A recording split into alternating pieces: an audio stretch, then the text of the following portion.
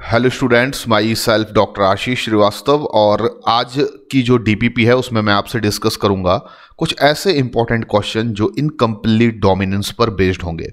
Incomplete dominance के बारे में हम सभी जानते हैं कि ये एक ऐसी कह सकते हैं नॉन मैंडेलियन या एक्सेप्शन ऑफ मैंडेलिज्म है जिसमें कि F1 हेट्रोजाइगस जो इंडिविजुअल होता है वो दोनों ही पेरेंट के इंटरमीडिएट फिनोटाइप को एक्सप्रेस करता है।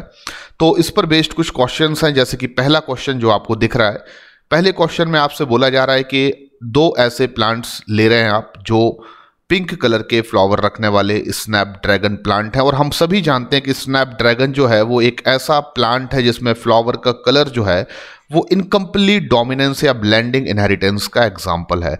और आपको क्या करना है, इस क्वेश्चन के अकॉर्डिंगली जो बोला जा रहा है कि दो ऐसे प्लांट्स को आपस में पॉलिनेटेड या सेल्फ पॉलिनेटेड करना है जिनका जीनोटाइप है कैपिटल R स्मॉल r, यानी कि दे आर हेट्रोजाइगस। और क्योंकि इनकम्प्लीट डोमिनेंस का एग्जाम्पल है स्नैपड्रैगन में फ्लावर कलर, इसलिए इनके फ्लावर का जो कलर होगा दोनों ही प्लांट्स के वो पिंक कलर होगा।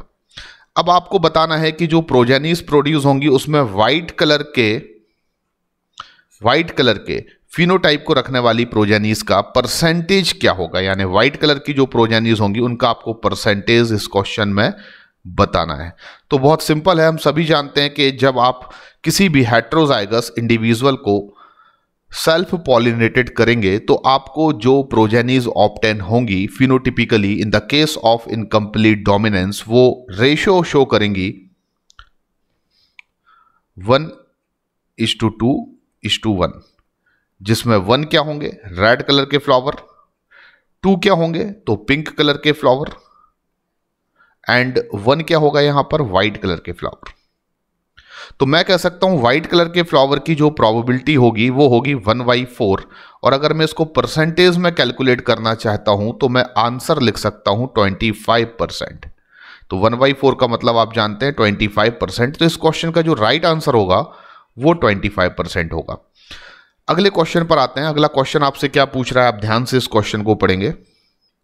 अगले क्वेश्चन में आपसे बोला जा रहा है इन एंटीरेनम, और हम अच्छे से जानते हैं कि एंटीरेनम माजस जो है वो एक इनकम्प्लीट डोमिनेंस का एग्जाम्पल है क्योंकि उसमें फ्लावर का जो कलर है वो इनकम्प्लीट डोमिनेंस शो करता है। तो इन antirrhinum 2 plants with pink flower were hybridised, यानी कि आप दो ऐसे प्लांट्स को हाइब्रिडाइज कर रहे हैं जिनके फ्लावर का जो कलर है वो पिंक है। तो यहां पर दो पिंक कलर के फ्लावर रखने वाले प्लांट्स को आप क्या कर रहे हैं, हाइब्रिडाइज्ड कर रहे हैं।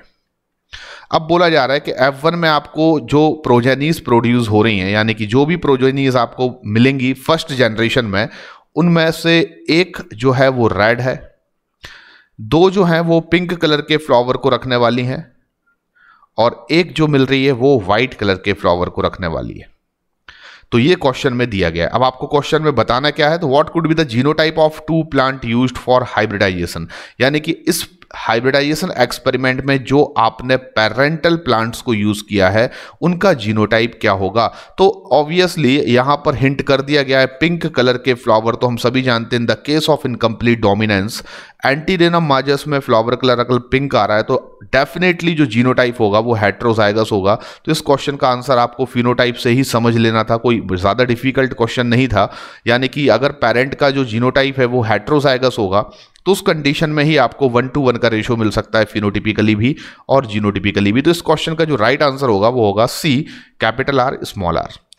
अगला जो क्वेश्चन है वो है phenotypic ratio in plants flower colour in mirabilis जलापा in F2 is. तो मिराबिलिस जलापा हम सभी जानते हैं ये एक बहुत फेमस प्लांट है जिसके फ्लावर का कलर एग्जाम्पल है इनकम्प्लीट डोमिनेंस का, और मिराबिलिस जलापा को हम लोग गुलेबंस और 4 o'clock के नाम से भी जानते हैं।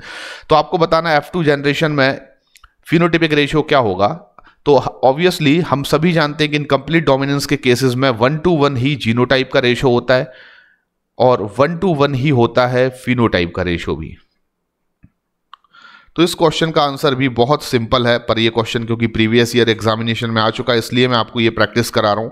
तो आप सीधा इसमें आंसर सेलेक्ट कर सकते हैं D 1:1, यानी कि 1 रेड 2 पिंक 1 व्हाइट। और जीनोटिपिकली बात करें तो 1 होमोजाइगस डोमिनेंट, 2 यहां पर आपको हेट्रोजाइगस इंडिविजुअल मिलेंगे जो इनकम्प्लीट डोमिनेंस शो करेंगे, और 1 आपको यहां पर मिलेगा होमोजाइगस रेसेसिव एलील्स रखने वाला इंडिविजुअल जिसमें फ्लावर का कलर जो होगा वो व्हाइट होगा। अगला क्वेश्चन है इनकम्प्लीट डोमिनेंस इज डेमोन्स्ट्रेटेड इन। तो इनकम्प्लीट डोमिनेंस को इनमें से किस में डेमोन्स्ट्रेटेड किया जा सकता है? तो बहुत बहुत सिंपल क्वेश्चन है, आप हमेशा याद रखिए। सबसे पहले तो इनकम्प्लीट डोमिनेंस के जो एग्जाम्पल है, टोटल 4 एग्जाम्पल आपको याद रखना है। नंबर पहला, एंटीरेनम मेजस। एंटीरेनम माजस या एंटीरेनम मेजस जो है वो एक ऐसा एग्जाम्पल है जिसमें फ्लावर कलर इनकम्प्लीट डोमिनेंस को शो करता है। सेकेंड एग्जाम्पल आप हमेशा याद रखें, मिराबिलिस जलापा। और मिराबिलिस जलापा भी एक ऐसा एग्जाम्पल है जिसमें फ्लावर का कलर जो है वो इनकम्प्लीट डोमिनेंस को शो करता है। तीसरा एग्जाम्पल आप हमेशा याद रखें, coat colour in cattle and horse, यानी कि घोड़े में और कैटल एनिमल्स में कोट कलर जो है वो एक इनकम्प्लीट डोमिनेंस का एग्जाम्पल है। और फोर्थ नंबर पर आप याद रखिए एक और एग्जाम्पल, वो है size of starch grains. Size of starch grains किसमें? In P seed. तो पी प्लांट के सीड्स में स्टार्च ग्रेन्स की साइज जो है वो इनकम्प्लीट डोमिनेंस शो करती है। अब आपके पास जब चारों एग्जाम्पल की लिस्ट होगी तो फिर ऐसे किसी भी क्वेश्चन में आपको प्रॉब्लम नहीं आएगी, क्योंकि इसमें पूछा जा रहा है इनकम्प्लीट डोमिनेंस इज डेमोन्स्ट्रेटेड इन। तो एंटीरेनम मेजस में भी डेमोन्स्ट्रेटेड किया गया है फ्लावर कलर को लेकर। Starch grain size in P seeds, तो ये भी किया गया है। और उसके बाद हम बात करें हिबिस्कस रोजा साइनेसिस, तो मैं आपको बता देता हूं हिबिस्कस रोजा साइनेसिस जो है बेसिकली इसको चाइनीज हिबिस्कस के नाम से भी जानते हैं और इसको बहुत कॉमनली हम लोग चाइना रोज बोलते हैं। और ऐसा कोई भी एग्जाम्पल हमने नहीं पढ़ा है अपने दूर दूर तक सिलेबस में जिसमें यह बोला जाए कि हिबिस्कस, यहां पर लिखना चाहिए मुझे, हिबिस्कस जो है हिबिस्कस रोजा साइनेसिस वो कोई इनकम्प्लीट डोमिनेंस शो करने वाला एग्जाम्पल है। तो ये डेफिनेटली इनकम्प्लीट डोमिनेंस शो नहीं करता है।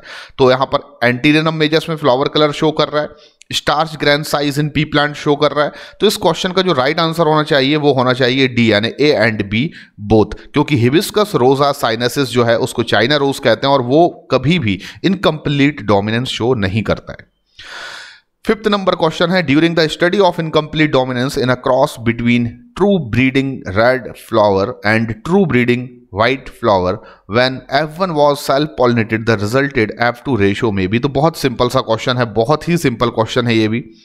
इस क्वेश्चन में आपसे सीधा सीधा बोला जा रहा है कि जब आप होमोजाइगस रेड फ्लावर रखने वाले जीनोटाइप के इंडिविजुअल का क्रॉस करेंगे होमोजाइगस व्हाइट कलर के फ्लावर रखने वाले इंडिविजुअल से, तो डेफिनेटली वहां पर आपको F1 जो है वो हेट्रोजाइगस ऑप्टेन होगा।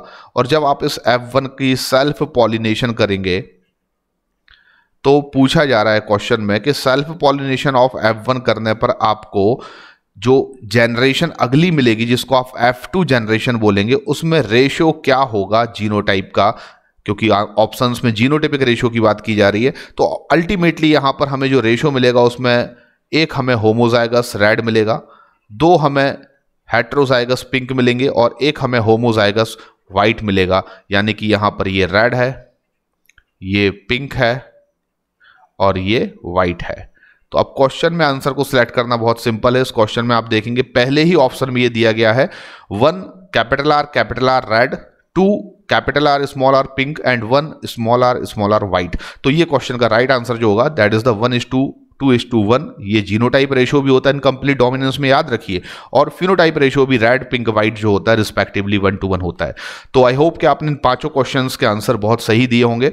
अपने नेक्स्ट डीपीपीज में मैं आपसे डिस्कस करूंगा जेनेटिक्स के कुछ और बहुत इंपॉर्टेंट क्वेश्चन। तो ये छोटे छोटे से वीडियोस आप कभी भी स्किप मत कीजिए, इनको देखना बहुत ज़्यादा ज़रूरी है क्योंकि ये बहुत ही सिंपल से टाइम पास वीडियोस होते हैं जिनको देखकर आप आराम से बैठे बैठे अपने जेनेटिक्स के क्वेश्चंस की प्रैक्टिस कर सकते हैं। और साथ में अगर कोई क्वेश्चन आपसे नहीं बनता है तो क्योंकि मैं उसका सॉल्यूशन आपको प्रोवाइड कर रहा हूं तो आप ये समझ सकते हैं कि अगर आपने थ्योरी को नहीं पढ़ा है तो आप क्वेश्चंस के सॉल्यूशन से भी थ्योरी को समझ सकते हैं कि उसके पीछे का कंसेप्ट क्या होगा, क्वेश्चन के आंसर के पीछे का कंसेप्ट क्या होगा। थैंक यू वेरी मच, धन्यवाद।